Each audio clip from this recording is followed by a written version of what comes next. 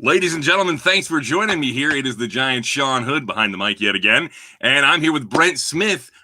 You know him from Shinedown and from Smith and Myers. How you doing today, Brent? I'm good, man. Thanks for taking the time out of your day to hang with me. Oh, please, this is easy for me. This is one of the best parts of my job. I get to, hey, talk to these people who are very talented and everybody loves. Okay, sure, why not? On a good day. Yeah. Every time I meet somebody and they go, I met you here and there, over the years, what have you, I always ask them, was I nice? The last time you met me, and they all look at me perplexed, and they're like, no, you were nice. Last time, I think you spoke with Nikki here at FM 99, and if I believe that that's accurate, but I remember hearing nothing but good things about you from last time. So, well, they said this time much love for the station, man, and all the guys and girls involved in it. So I'm glad we had a good time. Awesome. Well, I'm glad to hear that too, and I'm glad you liked it enough to come back. I hope I don't mess it up for everybody. Let's go ahead and talk. You guys are going to be coming down. You and Zach Myers are going to be coming to town on December 4th for Smith and Myers. Absolutely. By the way, heads up, folks, it's going to be Christmas Wish Night. I know that Brent Smith is big into giving back and everything, so this is right up his alley. It's Christmas Wish Night. Every $1 from every ticket sold for that event is going to go to the FM 99 Christmas Wish Fund, or $1 from every ticket sold. So please make sure you're making plans to come out on December 4th in Norva with Smith and Myers. So Smith and Myers, people have been to a Shinedown show before. Why should they come to a Smith and Myers show? How's it going to be different? They're very different. Mm-hmm. There's no choreography to Smith and Myers, meaning that every single night, the set list completely changes from the night before. Also, it's a bit more of a storyteller's type show. It's very loose with me and Zach on the stage. We never have anything rehearsed or planned of how we were going to go in between songs or what we're going to say or anything. So it's very tailored to that night, tailored to that city, to that venue. Because Shinedown is such a machine, and there's a lot of choreography, because like our working staff on Shinedown, like our crew, is roughly between, depending on the size of the tour we're doing, can be anywhere between 60 to 77 people that we're responsible for. With Smith and Myers, we're able to go out. It is very bare bones, but that's kind of all we need. Smith and Myers is more about the songs. It's more about kind of having a bit more intimacy with the audience. Mm-hmm. But I will say this, the Smith and Myers shows get just as rowdy as the Shinedown shows. Well, but I tell you what, if you're having a good time, that's going to happen regardless. It doesn't matter what you're playing. If you're having a good time, that's going to happen regardless. The crowd, the energy will be there no matter what. Yeah, and the audience, they're very, very receptive to us. So there's a lot of singing at Smith and Myers shows. Once again, it's fun to not have so much of the choreography, and you can kind of let the evening just happen. Right. I still find it funny that, you guys were Shinedown, like over 10 million albums sold, 10 million singles, 14 platinum and gold singles, 5 platinum albums, gold albums, 16 number 1 active rock hits, and over 2.5 billion streams. And you guys were like, you and Zach were like, we need something else to do. Would you guys not feel guilty enough? Just released a movie. Yeah, attention, the movie. Exactly. Yeah. By the way, if you haven't seen that, you can check it out now. Yeah. What made you both sit down and go, we'd like something extra to do? I will try not to make this a super, super long story. But there is a reason how it happened. Over the years, because of the Simple Man cover, which wasn't a planned thing, it just happened very organically. Mm-hmm. People started to ask us, like, if we would cover, other people, other artists. And we were like, well, in Shinedown, we're not a cover band. Right. We play that song because there's quite a story behind that also. Mm-hmm. But so the thing is Zach came to me and said, hey, I got an idea. Let's do this. Let's give the audience, we'll put it on them. And whatever song you want me and Zach to cover acoustically, let us know what it is. So what we did was we did a Facebook, not a contest, but like a showing of songs. Okay. And so we said, any song you want us to play, here's the link, put your suggestion in. So for the first week, it was all these people kind of flooding that with songs. There was close to 2,200 submissions just on that alone. So then we got this system with Facebook where we were able to do an algorithm to find what were the songs that were the most requested, where people were asking for the same song. Right. And so it somehow kind of jumbled that together, and it gave us the top 20 songs. Then the next week, the first week, we said, all right, these two songs are against each other. Which one do you want us to do the most? So whatever song made it at that week, we put those 5 songs. All right, so whatever song won, okay, we're going to play these 5. Then the next week did the same thing, and then narrowed it down to 10. Right. And then we went to Malibu with our dear friend Dave Bassett, who's kind of the 5th member of Shinedown in the studio. Went up to the mountaintop at his studio, cut all of those 10 songs in 3 days, released 2 EPs that was under the title Smith and Myers. Because that was the thing too. I was like, I don't want to call it Shinedown. Right. And yeah. He said, let's just use our last names. And I'm like, what do you mean? And he goes, we'll just call it Smith and Myers. I'm like, we sound like a bakery. I'm like, or a law firm. Yeah, Smith, like, Myers, and Hockenschmidt. Yeah, exactly. Exactly. So, and honest to God, man, I did not think that it would ever be anything else. Like, we just released those 2 EPs. We also, when we went up to the mountain, we videoed it. So the thing to know about those sessions, those first sessions with those first 2 EPs, those are all what you see in regards to the visual of the songs too. That's the take that we actually used. We only ran through the songs like a couple of times, and we were like, all right, push record. So a lot of those songs was one take. The only one where there was more than one take was Blue on Black, because Kenny Wayne Shepherd was right down the road, so he came up and did it with us. But that's pretty cool. It was very cool. And we did that twice, and we did Nothing Else Matters. We had to do that 3 times. Fast forward to last year, I just was like, man, if we're gonna do another one, let's do it I said, let's do it for real. Right, like an actual album. So we did 10 brand new songs that me and Zach kind of felt strongly about. But then for the very first time ever, we did 10 originals. And then that allowed us to do 2 albums and then make 2 vinyls. And it has been like overwhelmingly received very, very, very good. I've listened to both of them at this point. I thought it was funny they were released 2 weeks apart. And it was like, hey, did you like that? Here's some more. We kind of surprised everybody with the second one. Yes, you did. And you had that first single off it, Bad at Love, which I've heard a lot of people describe as soulful, which I think is a great way to describe it. That kind of lends back to what you said about trying to let the vocals speak for themselves in some of these songs. And like kind of, you guys have really stripped these down in a lot of these songs. I mean, some of them are yours, so they were designed that way. Right. And some of them are not. Some of them are songs you chose to cover. You talked about having 10 originals and 10 of these covers. Some of these covers, you're talking about Unchained Melody. You're talking about, stuff like that. These are great songs in the American songbook, Yeah. Was it a little intimidating to try and put your songs like, hey, here's Unchained Melody, and then here's my song? It was terrifying. Like, it's 100%, man. I'm very transparent.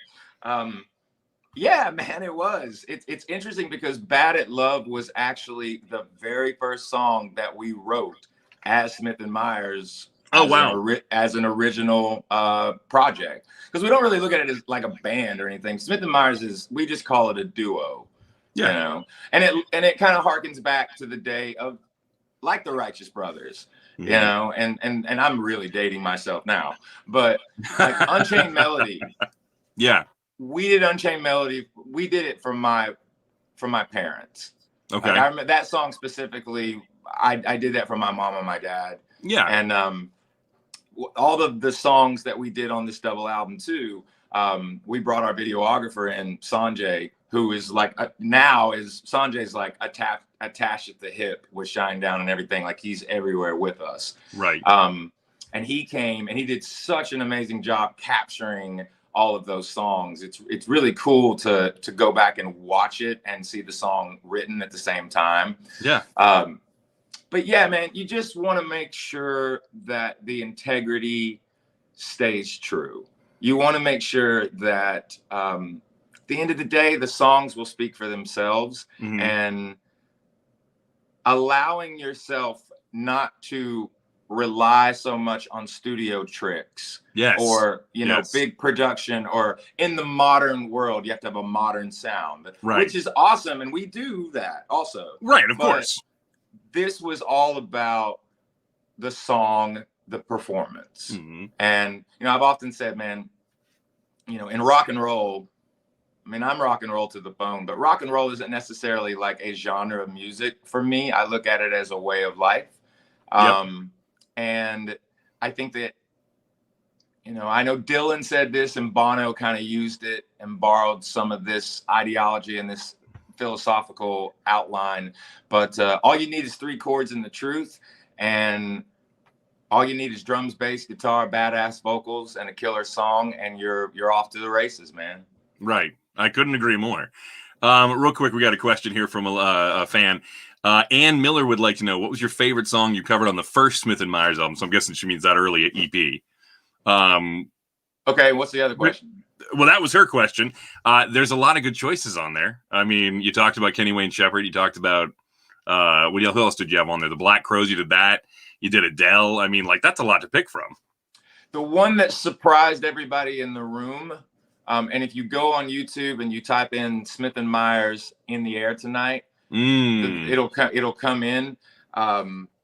That was the one that kind of surprised everyone in the room, because the video that you see of that, that's actually that's the take that's on the album, and I kind of veered off the traditional melody, or the original melody, and kind of started doing my own thing with it, and it kind of just took off in the room. And so that one was, for me, it was kind of a surprising moment. So it'd be In the Air Tonight on that particular record. That was the one that kind of got me. What's funny is I had a similar question about these most recent, the Volume 1 and Volume 2 you guys just put out. You've got some stuff on there that I was shocked to see as a part of it. Like, I mean, you've got Billie Eilish on there. You've got Post Malone. Yeah. You've got some stuff on there that I was like, wait, really? Like, we're doing that? And don't get me wrong, I love them. First of all, I'm a rocker, born and bred till the day I die. Yeah. But I've got Billie Eilish on vinyl in the other room. Like, I love that album. It's awesome. What in this newest one, these newer 2 albums, was there something that you guys were doing that you were like Billie Eilish it's so different from what you guys normally do, where you're like, is this gonna work? Or were you more worried about the stuff that you were trying to stay, the classic songs like Rebel Yell or something like that, or Unchained Melody, that you were worried about capturing just right? Yeah. Well, you mentioned Rebel Yell. Rebel Yell, we completely turned it on its head. Yes, you did. It's like a ballad almost. Yeah, and that was, I remember the day that I came in with that, and I was like, we're going to do Rebel Yell. And everyone was nobody was like, huh? They were kind of like, well, how do you want to do it? Yeah. And that was the interesting thing, was being able to kind of reimagine it. And if you can take the song and also show it in a different light, and kind of show how powerful the song really is. Yeah, and 100%. Yeah, so that's a dynamic of that right there. Doing Rebel Yell like that was really, really cool. The day that I came in and said we were going to do Better Now by Post Malone, everybody was like, you out of your mind. Like, how? They're like, what do you mean? How are we going to do this? And I was like, here's the pattern on guitar. Right. And then I walked into the booth. We laid out the track. And I said, just push record. And I just went. It was kind of one of those moments where I don't think everybody in the room realized how much of a Post Malone fan I actually was, because I went in and I think it took me 2 takes to get it all the way through. And then I did a couple of overdubs on it, and that was it. But Zach looked at me, and after I went in and I came out to check it, he looked at me and he was like, who are you? People will be surprised, man. Well, it's like, Post Malone, a lot of people know this because they've seen the videos online. He's a big rock fan. Yeah. Dude, he does all sorts of covers at his show. I've seen him do an Ozzy cover. I've seen him do Black Sabbath. I've seen him do Rage Against the Machine. All sorts of stuff. Man, when he did that thing at his house in the early days of the pandemic, and he had his boys in there, and they did all those Nirvana songs. Yeah, that was badass, dude. It was awesome. I was sitting here thinking to then- myself, man, they should get with Post Malone and maybe see about doing a show or something. That was great. Totally, man. Yeah. And the other thing is, if you go and you really, if you study Post Malone, if you go back and really kind of do your homework with him, that guy is, you talk about a guy that is necessary. That dude is, he sees a very, very wide landscape, man. And that's important in music, man, to understand he's not looking at just one genre. He's influenced by a lot of incredible musicians. He's an amazing musician himself. Yeah. And I mean, he just did a country record. Or he was in Capitol Studios with a bunch of country players just doing like just a bunch of different country artists and things of that nature. He was doing Brad Paisley, like, you know, I'm Gonna Miss Her. And he's awesome. Yeah, you know what's so funny is there's artists like him, and I think sometimes they get looked at as, you know, odd, weird, whatever. But I agree with you 100% that sort of musicianship where you don't look at it, you don't go, I'm a rapper. You know what I mean? Or you don't go, I'm a rock guy. You know what I mean? You go, I'm a musician. And 100%. you just, like you said, you see this wide landscape in front of you of all these things you can do. And if you can do them well, who gives a hell what genre it is, right? And there's no instruction manual either. I get asked a lot of times, like, how we write songs and what's the layout and what is a day like in the life of a songwriter. Yeah. Can you explain it? And the cool thing about that is you just walk into the room and you go. And now somebody might have a riff, they may have a pattern or something of that nature. I might have a lyrical idea or a melody or something like that when I come in. But that's the beautiful part of the journey of writing the music and figuring out what songs are going to come from you and being able to be creative. We have a term in Shinedown during the writing sessions. We call it staring down the beast. Okay. And staring down the beast is either one of two things. It's a blank Pro Tools session in the computer, or it is, for me, because I can't type out my thoughts, I still have to pen to paper everything. There's something about it coming from here to here and then to the paper that I need. And you know, staring down the beast is a blank sheet of paper. I get that. That's kind of the joy of it also, because there's no handbook, man. There's no instruction guide. It's whatever you feel like. Let it go. Yeah. There's no way to do it wrong, in other words. Absolutely. But then you got to do it a lot too. If you're a songwriter, man, like with any kind of craft, you know, you have to practice. You have to do it over and over and over again. With some of the new songs, by the way, I'm just going to throw a random side note out here. I really like New School Shiver. Nice. I'm a big fan of that one, dude. That was fun to make. That one's got kind of an old school rock feel, almost like, I don't know how to describe it, man, but it makes me kind of, I bounce my head, and you know what I mean? I'll listen to it over and over while I'm doing stuff. I love it a lot, man. You have another one on there called GBL or GBD, okay? Which, if you listen to the song, is Get Busy Living or Get Busy Dying. Yeah. So now I have to ask, which one of you is the Shawshank Redemption fan? All of us. Okay, that's the right answer because it's one of the best movies ever made. One of the most incredible cinematic lines of all time. Yep. And that's kind of where that came from. We kind of put ourselves into the time frame, that era. Yeah. And modernized it a bit, but you know, it was inspired by that statement. Was it really? The song itself was inspired by just that phrase? It was inspired by that statement of, you know, this guy, or it can come from a girl's perspective too. Yeah. And it's just about that sentiment is, you know, so get busy living or get busy dying. And the line about, you know, if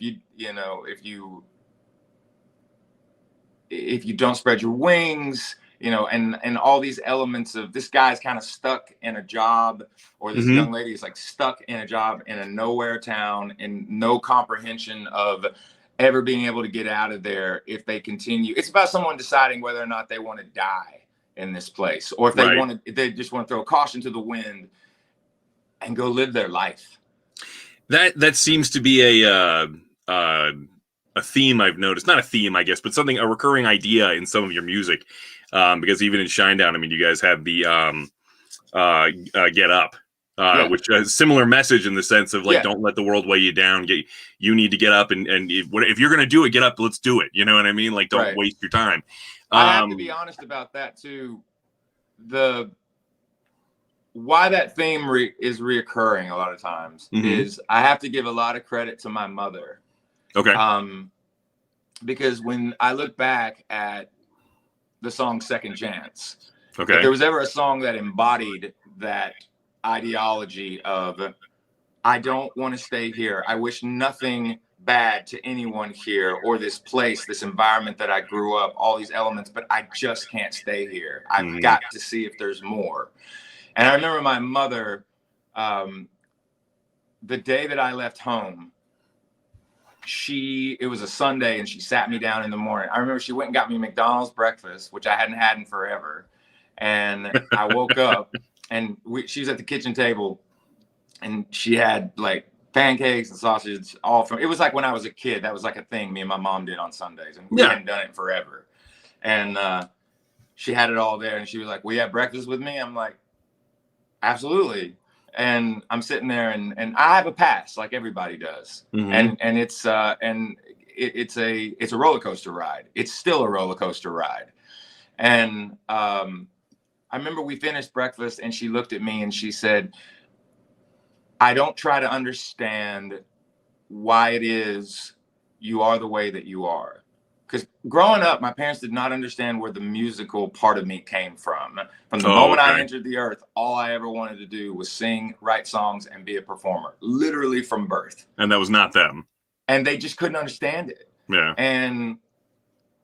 But I remember the day that I left, and my mother looked at me and she was like, "Although I don't understand it, I want you to get the hell out of here, son, because if you stay here, you'll die here." And it was so profound because I had put my mom and my dad through so much. Right. You know, I was an angst kid. I was trying to find myself. And my mom and my dad have the most incredible relationship now. But I wrote Second Chance about that moment with my mom, because my mom gave me my second chance. And what that means is she gave me permission, not necessarily that I needed it, but it meant more to me because she gave me permission to go. Absolutely. Because it was my mom. Yeah. You know, and she was letting me know, I don't understand it, but I'm on your side. Right. She was like, "I want you to win. So get the hell out of here." You know? Yeah. And it was profound for me. Clearly, and I mean, I can see how it would be. Like you said, you didn't need the permission, but just hell, sometimes just knowing somebody is on your side makes a world of difference and helps motivate you, as opposed to you against the world. To be totally honest with you, man, it's a joy to go home, you know, and see my parents. Like, I love to go home. I used to like loathe where I was from. And I don't feel that way anymore. Like, I haven't felt like that in years. So I love going back home. See, that's great. That's awesome. We do have a few more questions here. First of all, Leslie would like to say that her boyfriend John and her absolutely love y'all's music. It's not a question. She just wanted to say thank you. Well, that's badass. So tell her I said thank you. So if you're watching this, thank you. And Jody had a question here. If you do another Smith & Myers album, would you consider doing House of the Rising Sun? That is a song that has been requested for years for us to do. Possibly. Absolutely. Okay. All right. Well, see, at least it's not a no. No, it's not a no. It is a possibility.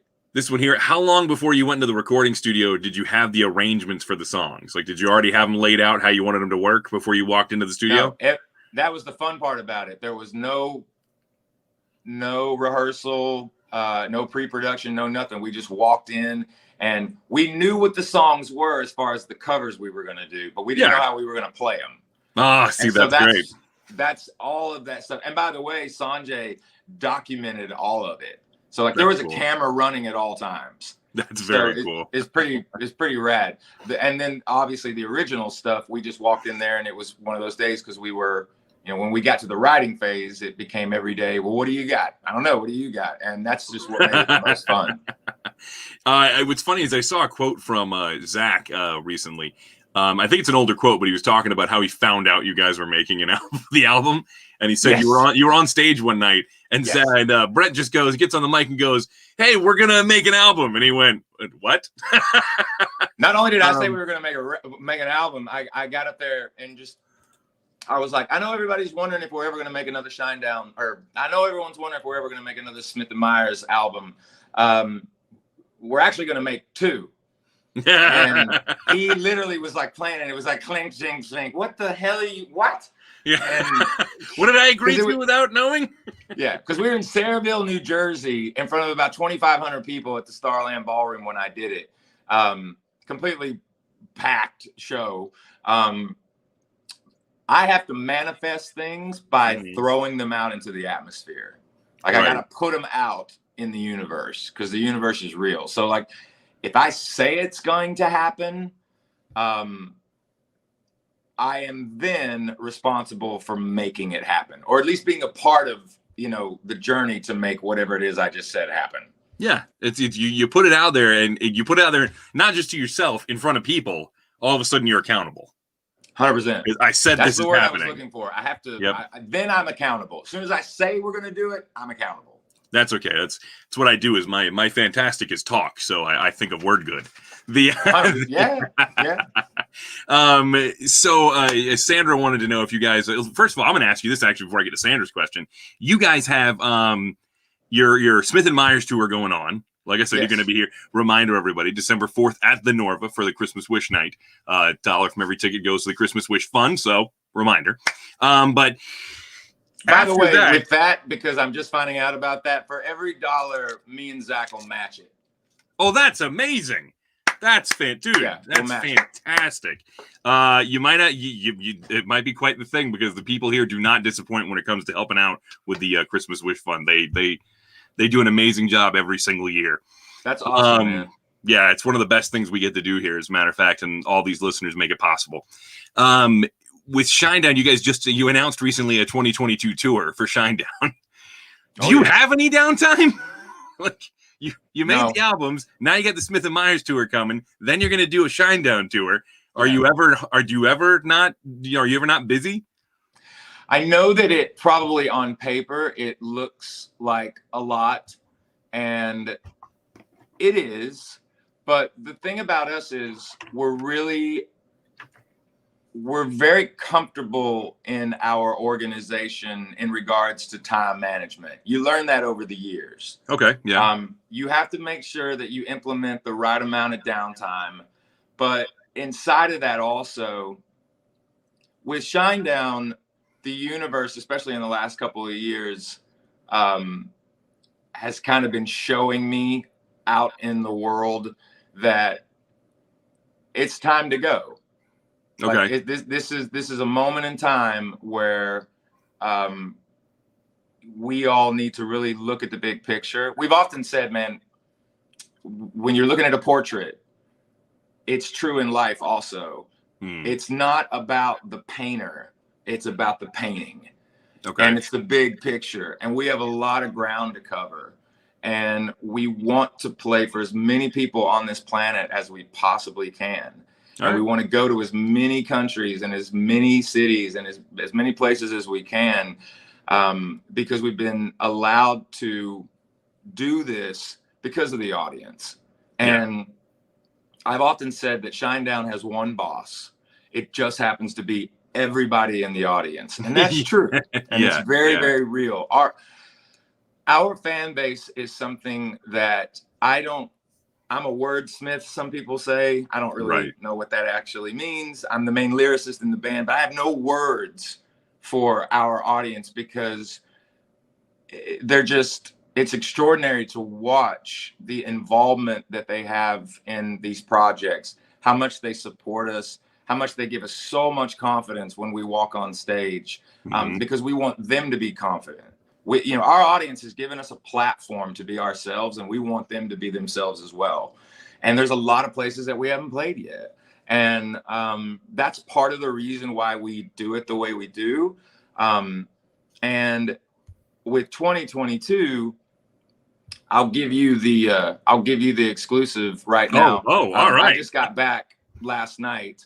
from Nashville, Tennessee. So Shinedown number 7, I can't tell you the title just yet, but Shinedown number 7 has been officially mixed and mastered and is ready to go. Hey, there's an exclusive for you, ladies and gentlemen. That's awesome. Thank you so much for bringing that to us and letting us know it was officially, we officially finished it yesterday. Got a couple of tweaks here and there on a few things like you always do. Yeah. But as far as the body of work, we have finished the body of work, and I don't know how I'm going to handle myself for the next few months before we're able to actually do all the releasing of it, because I've been listening to this for so long. Right. I just want to, just give it to everybody. So it's like, being in Shinedown is like being in the 3rd grade forever. Like you're constant. We're all just a bunch of kids. And that's great though. But that's another reason for the schedule too. It's that excitement of the fact that we still love what we do. Yeah. All right. Well, Shinedown number 7 with no title yet, but Shinedown number 7. Yes, we know it's coming soon. I know what I'm going to sing. We're getting there. Every time I end up playing a Shinedown song now, I know what I'm going to end up saying after it. I'm going to say, so new stuff is coming, because Brent Smith himself told me. I will turn it over to your audience real quick, because I want to ask some of their questions so they don't get missed out on here. Sandra wanted to know, when you guys do play with Shinedown, are you guys going to do any of your shows, like any of the songs acoustic? Has that ever been considered? Yeah, it's interesting. It's funny because somebody said the other day, they were like, hey, you're going to do a Smith & Myers song at a Shinedown show. And I'm like, no.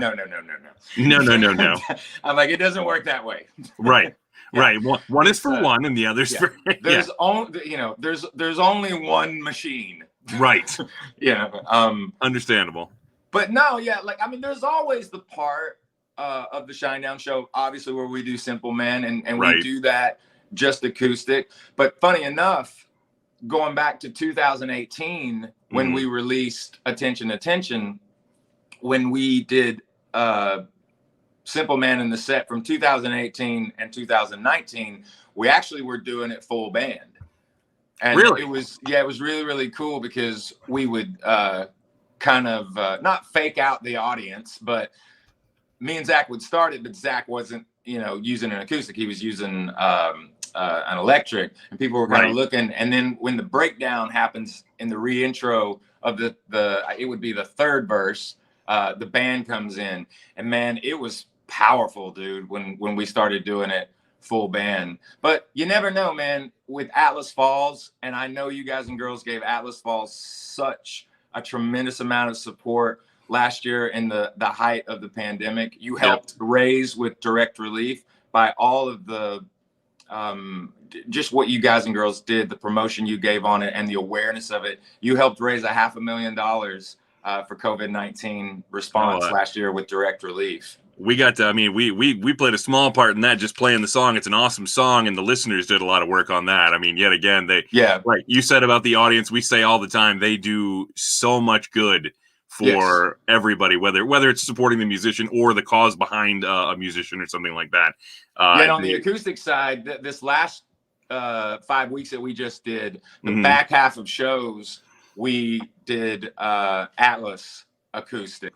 Oh, that's pretty cool. So we were doing Atlas acoustic, and then we would do Simple Man. So we were doing something different in regards to that. But man, when we would do Atlas, those last 7 shows I think we did of the 5-week run, is emotional, man. Like really emotional. Liz wanted to know when you guys are coming back to the East Coast. Well, Liz, the Smith & Myers are going to be here on December 4th at the Norva. For Christmas Wish Night.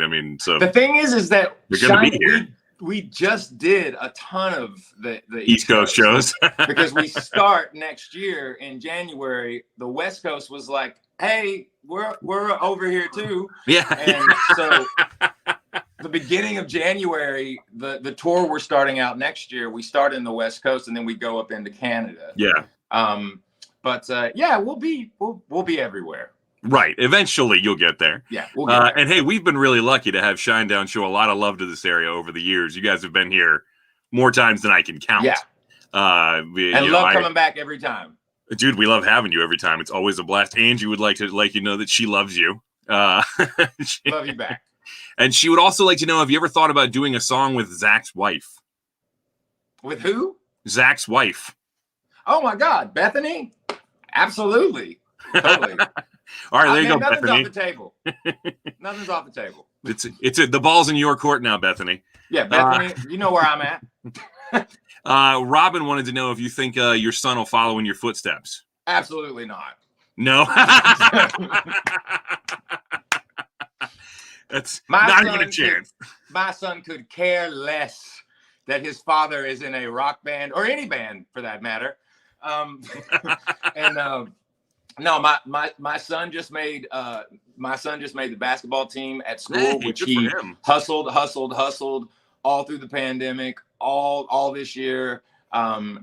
Kid has got some serious game. I will give it to him. And he's very, very sports centric. I never, from the moment he was born, I never, ever, me and his mother, we never made it about me. We never made it about what I did.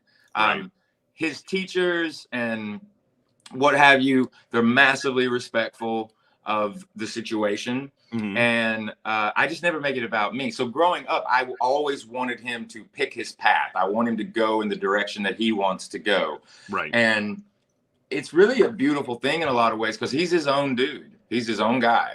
You know, like when I'm with him, we don't talk about me. It's all him. And I you know, and I've told him this before and he understands it. And I'm like, I can be your friend later. I'm your father. I'm your dad. And I'm responsible for you. And I want to give you encouragement. I want to set you up with understanding the value of hard work. And that your word should be bond, and to be honest and to be a gentleman.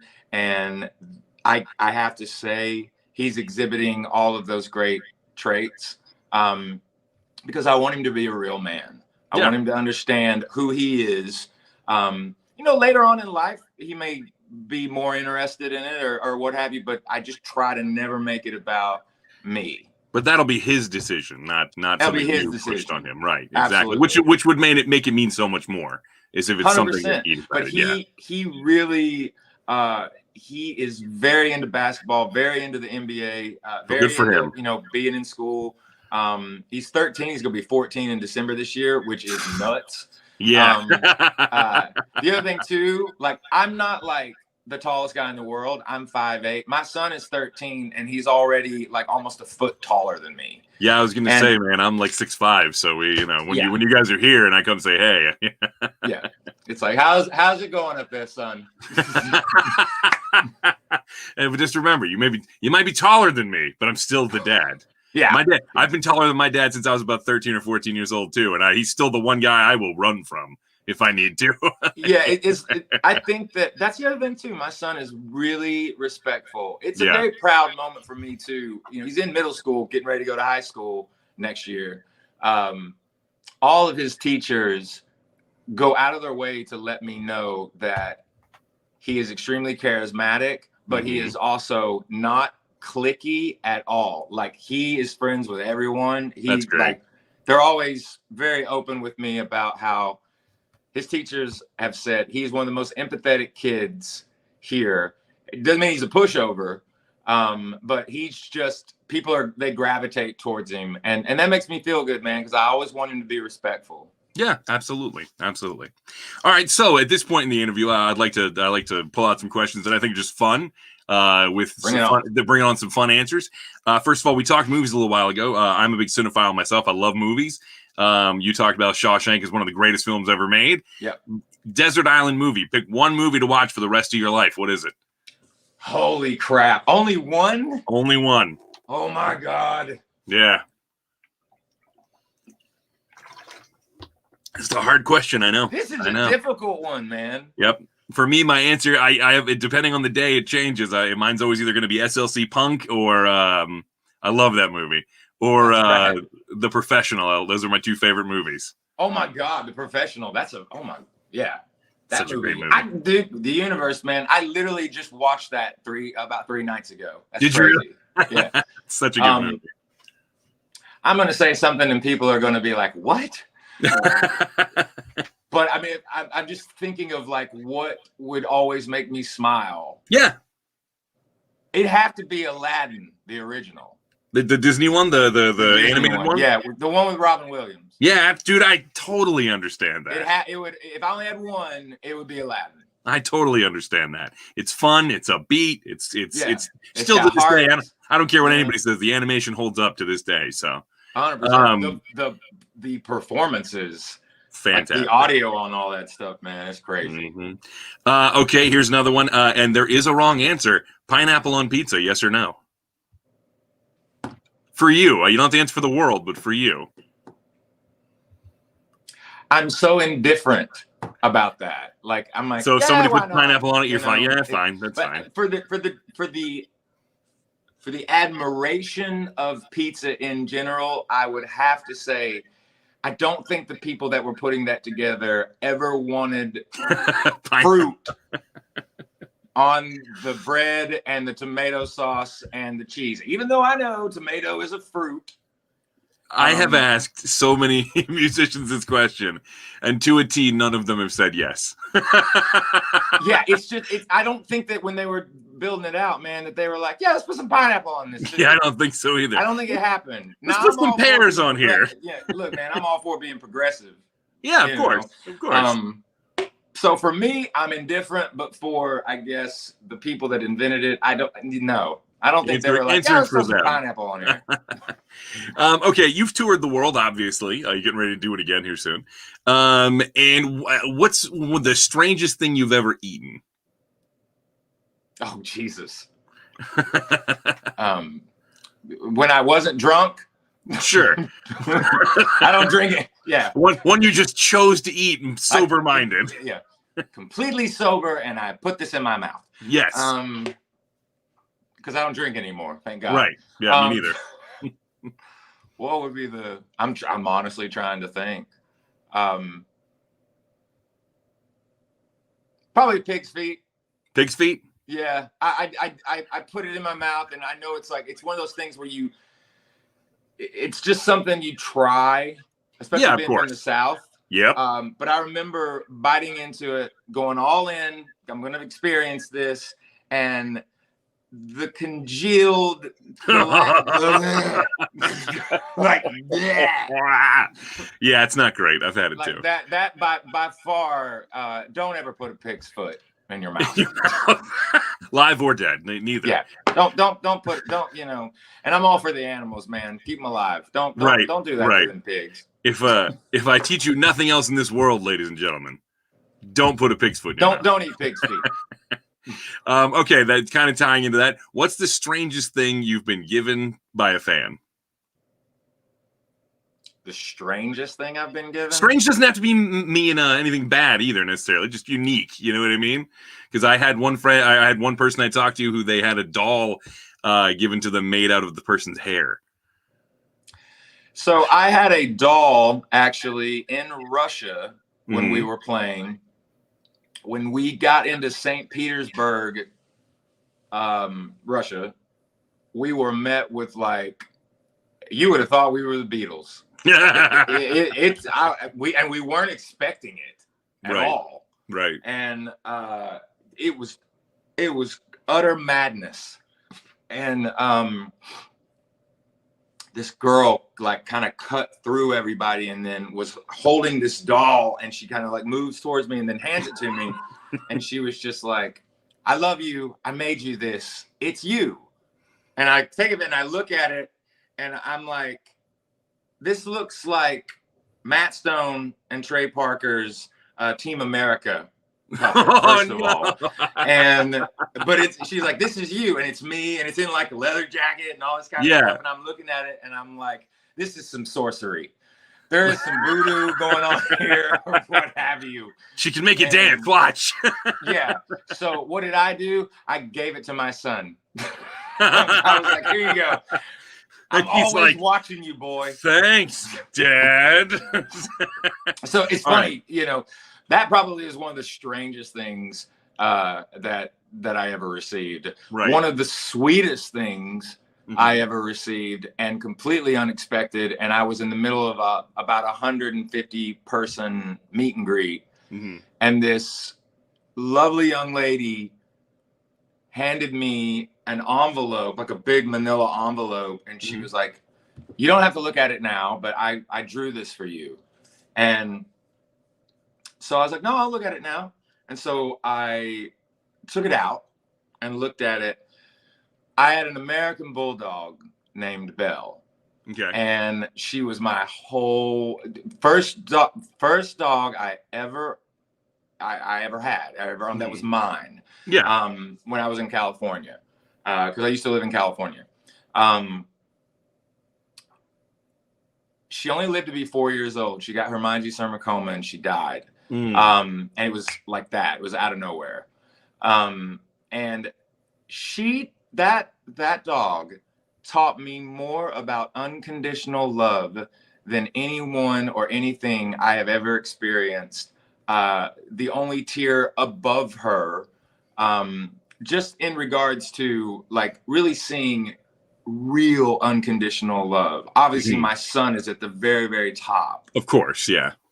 But I'd never experienced something because I didn't grow up with animals. Right. And so when she passed, it was such a, it was devastating. Like I wasn't right for like weeks.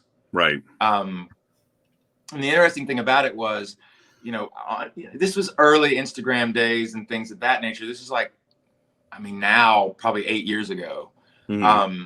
And she just meant the world to me. So this young lady had taken one of the pictures of me and Belle on Instagram where I've got my arm around her and she's on the couch and she was in the middle of chemo. And I'm just like, got my eyes closed and I'm next to her. And she drew that perfectly. And wow. I had to remove myself from the meet and greet because I literally was sobbing like uncontrollably. And I came back and she was crying and I was like, I'm so sorry. And she was like, no. Like, I didn't want to hurt you. I was like, you didn't hurt me. This is the sweetest thing in the world. And thank you so much. And I still keep that picture in my wardrobe case with me. But that was one of the sweetest things I ever received where somebody, they did something for me that they probably didn't know how much it was actually going to mean to me. Right. Well, that's awesome. Look at that. We got through a weird one and one that's going to make everybody out there go, oh. And the final one I wanted to ask you, I ask everybody this. With you, I'm going to expand it a little bit. Normally, I try to centralize it a little more. But with you, especially with Volume 1 and 2, with so many different styles of music on it, I'm going to ask you. You can pick 4, okay? Yeah. Your Mount Rushmore of music. Who goes on it? You can pick 4, either individual artists or bands. Otis Redding. Okay. Kurt Cobain.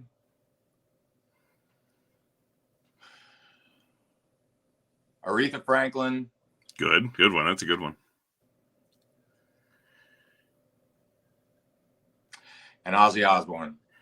That's a pretty good grouping if you ask me. Yeah, Otis Redding, you're getting some love in the comments for Otis Redding. My dad changed my life when I was 14 years old when he handed me an Otis Redding tape, and it completely changed my life. Really? One of the biggest moments, one of the most profound moments, as I was a kid, like as a performer, and then Aretha Franklin. Because Otis Redding got me to Aretha Franklin. Aretha Franklin got me to Nina Simone, Ella Fitzgerald. And Billie Holiday got me to Billie Holiday. Sam Cooke, Al Green, Percy Sledge. Like I have this deep love of Motown and soul. Yeah, no. When you said Billie Holiday, I immediately went back there because I used to listen. I was a big fan of hers from the first time I heard her. I was a big Bill Withers fan as well. Dude, love Bill Withers. We used to cover one of his songs in my band just because it was. How could you not? You love Bill Withers. Also, amazing. Man, Bill Withers also had those. I'm into like these artists that really knew and understood the importance of a rhythm section. Yes. And that's a big deal. And then ultimately, like with Kurt Cobain, I am a true Nirvana fan. Where I remember where I was at my granny's house. Because I faked a stomach ache to get out of school. And I had to go to her house because my mom and my dad were at work. Yeah. And my granny was at work, but they let me stay there And this is back in the day when you could, leave your 10-year-old alone by himself. Of course, And yeah. So, but MTV was blocked on the cable box in my house, but it wasn't at my granny's house, and she didn't care. And so I was watching MTV, and that day was the day that I saw the buzz clip on MTV of Smells Like Teen Spirit when it first came out. Wow. And that was the first time watching that where I was just like, what's happening right now? What's happening? Yeah, like what I cannot describe the feelings that are going through my body. Right. Right now, like, you know what I mean? Right. It was one of those moments for me. Totally understand. It was life-changing. And I don't have to say anything about why Ozzy is on that. No, that mountain. Of course not. Of course that not. speaks for itself. Yes, it does. Well, Brent, thank you so much for joining me. It's been a blast talking to you, man. Thank you for the time, man. I appreciate it. And the support means a great deal. Absolutely. Again, Brent's going to be here with Zach Myers on December 4th at the Norva. It is going to be Christmas Wish Night there with Smith and Myers. So if you're going to go, $1 from every ticket sold is going to go to the FM99 Christmas Wish Fund. And Brent has said that he and Zach are going to match that, which is awesome as well. And also we got the scoop here that Shinedown 7 is on the way. So it's been mixed and mastered, and it'll be here before you know it. We just don't have an official date yet. So it's sooner than you think. Sooner than we think. That does the heart good to hear. Angie says she's excited about the show on the 4th. She's got her ticket already. Awesome. So she's going to see you there. Thank you to all the fans out there and just to everybody involved. Me and Zach don't take it lightly. Also, much love from Mr. Kirch, Barry, and Eric. Like I said, we got Shinedown starting off the beginning of 2022. But for everybody that's been supportive of us, we just say thank you very much and appreciate you allowing us to be able to be ourselves and do what we do. Absolutely. Well, again, thank you for your time, Brent. I am the Giant Showhead for FM99. Thanks for tuning in, everybody. And Brent, we'll see you on December 4th at the Norva. Awesome. See you soon. Thank you, bud.